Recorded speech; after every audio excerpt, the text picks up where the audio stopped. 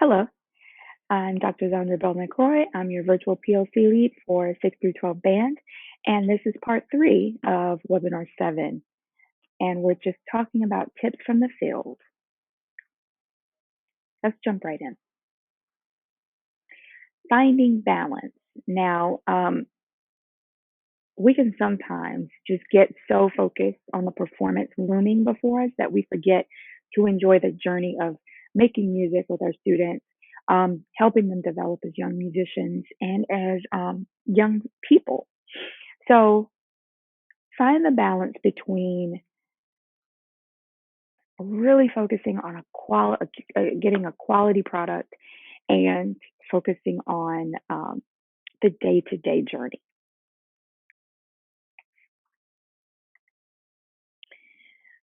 So oftentimes, because I can get very cranial, I have to just stop, take a deep breath, stay in the moment. I just take a deep breath. I step off the podium. I take a deep breath, and I stay in the moment because the product will happen. It will happen. Um, but I can't. I have to stop myself sometimes to make sure that we are having the best journey possible, so that from beginning to end, it's an enjoyable process to prep this concert or prep this large group performance evaluation, and not get lost in just let's do it again. It's got to be better. It's got to be better. Well, I really do want that, and I do want a quality product, and I know we will get one, but we have to make sure that we focus on the journey just as much as we focus on the end product. All right. So this is a kind of a controversial thing I'm going to say right now, but self care is a part of your job. Your job is to be the best teacher you can be, to be the best teach. You have your best teacher self for your kids every day, and so taking care of yourself is really important, and making sure that you're showing up as your best self every day is important to the musical and social and emotional growth of your students as well. So, self care is not selfish. I've had to say that to myself often. Self care is not selfish. It allows you to, it helps you to sustain and not burn out, and it allows you the opportunity to make it 30 years in this business because it's hard to do. All right. So the next thing is learning to pivot. Now that you've taken care of yourself and you are, um, you're on your self care journey, and you're making sure that you just take a minute to enjoy your musical journey with your students. Sometimes you're just going to have to pivot.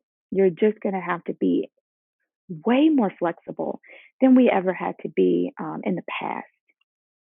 So being flexible and adjusting to our new reality is important to ensure that the students get the education that they deserve. So, with that comes a strong need now to really focus on differentiating instruction for our students, giving them exactly what they need, meeting them where they are, and then taking them to where they need to be. So, we're going to talk about that a little bit. Um, Meet your students where they are. We have all changed since the pandemic, right? So, since the pandemic, our students are different. Their realities are different. Some of them have suffered great loss, upheaval in their homes, um, social emotional damage, and just feeling isolated, um, going through so many different changes. And, it's hard enough be um, to be at home and virtual and in an uncertain situation at 40. It's or 43, 44.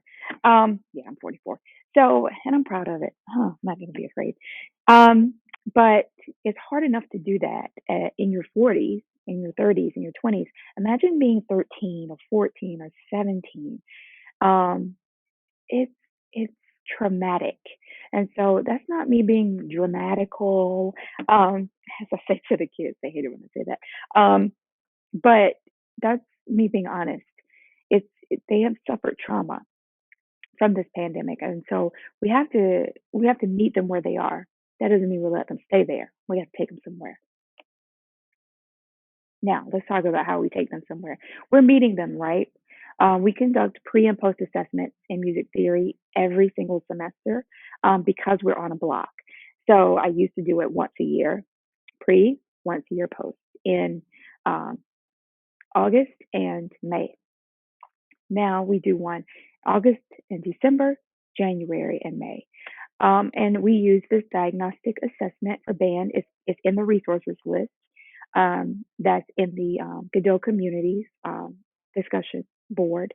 And so that helps us to know where the students are, where we need to start from a music theory standpoint, what holes we need to close, and then we know the goal, we know where we want them to be by the end of the semester.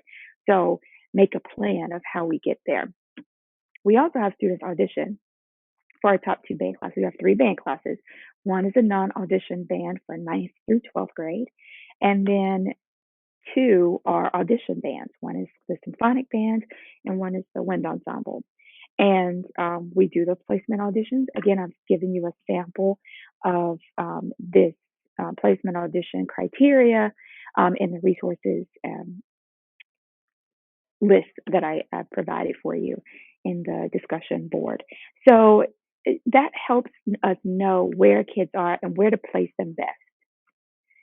Now, during the first few days of school, we have students play through the method book starting with book one. Doesn't matter which method book you use, whether it's Standard of Excellence or Essential Elements, um, but, Accent on Achievement, all these different books.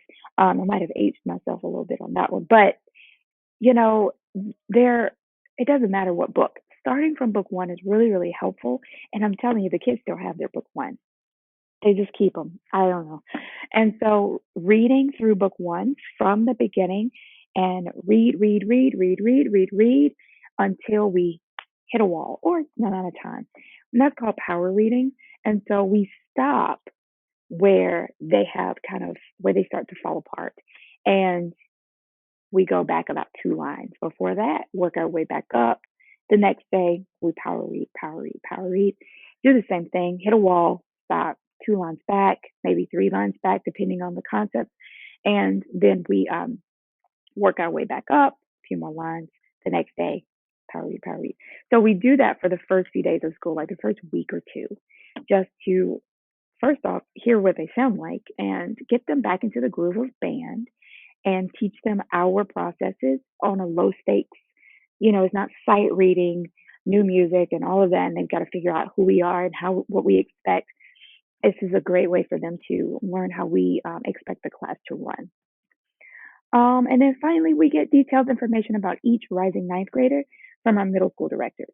So we know who we're getting and what they need, what they're good at, what they have, what weaknesses they may have, um, behavioral feedback, all of that type of stuff. Of course, we keep all the information very confidential, and only the two high school band directors and the two middle school band directors know that information or see that information, have access to it.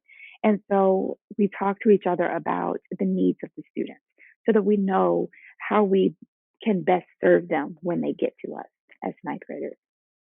Now, we know what we have. Now, let's start to take them somewhere.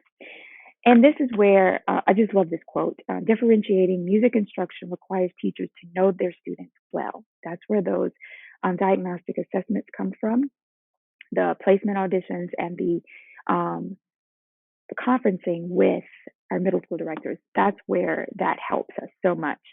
In order to determine students' readiness levels, learning profiles, or interests, music teachers need to conduct pre assessment to identify meaningful characteristics for flexible student groupings.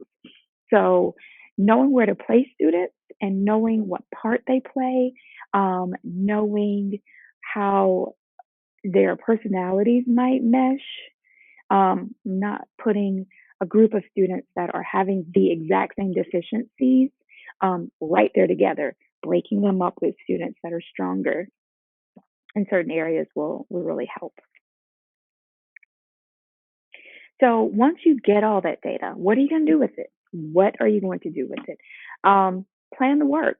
That's now you got to sit down and figure out, um, how am I going to plan? How am I going to establish goals? How am I going to create those goals, long term, short term, whatever, to accommodate the needs of the student? So when you get to that planning stage, remember you keep your student learning and engagement at the center of your planning. And the student is at the center of the planning, not what you want to play, but what the students need to be on level or exceeding. Determine the most important student needs, determine the most flexible lesson elements to differentiate, which is typically first going to be content, right? So, where, like, what part they play. That's going to be the first thing. And then the next thing is, how do we clump them together? Do we do grouping so that we have strong student with deficiencies together so that they can help each other? All of those types of things. And then evaluate if the differentiation measures that you are taking, the planning you're doing, have proven effective for your students. If you have questions or you just want to send me an email, there's my email there, bellmcroyz at clark.k12.ga.us, or you can reach me in the Godot Community 6 through 12 band discussion board. I will respond to you from there and share some ideas. Feel free to throw your own tips from the field in there. We'd love to hear from you. And while you're on your computer doing that, you can feel free to visit the Godot webpage, all of our social media platforms, Facebook, Twitter, Instagram, our YouTube channel where you can access this video as well, and our Fine Arts Facebook page and Fine Arts Twitter account. I hope that this was helpful for you, and I hope you enjoyed this. And like I said, feel free to reach out to me, share your ideas on the discussion board. We'd love to hear about your tips from the field. All right, gotta go. See you soon. Bye bye.